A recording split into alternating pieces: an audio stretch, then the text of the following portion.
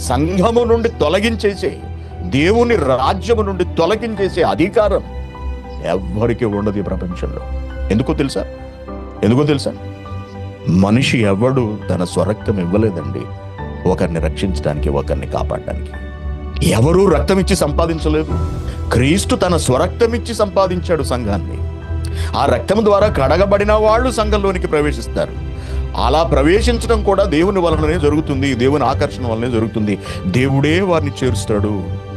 దేవుడు చేర్చగా, దేవుడే చేరుస్తూ ఉండగా, అలా చేర్చబడిన వారిని దేవుని రాజ్యము నుండి, దేవుని సంఘము నుండి తొలగించేసే అధికారం ఈ ప్రపంచంలో మనుషుల చేతిలో లేదు. ఆ అధికారం మనుషులకు లేదు. నేను ఫలానా వాళ్ళను సంఘం నుండి తీసేస్తున్నాను అని చెప్పడానికి నాకు అధికారం లేదు. కారణం ఏంటో తెలుసా? నేను నా రక్తాన్ని ఇచ్చి వాళ్ళని ఈ రాజ్యంలోకి, సంఘంలోకి చేర్చలేదు. ప్రభువు తన రక్తం ఇచ్చాడు. అందుకే సంఘం ప్రభువుదైంది.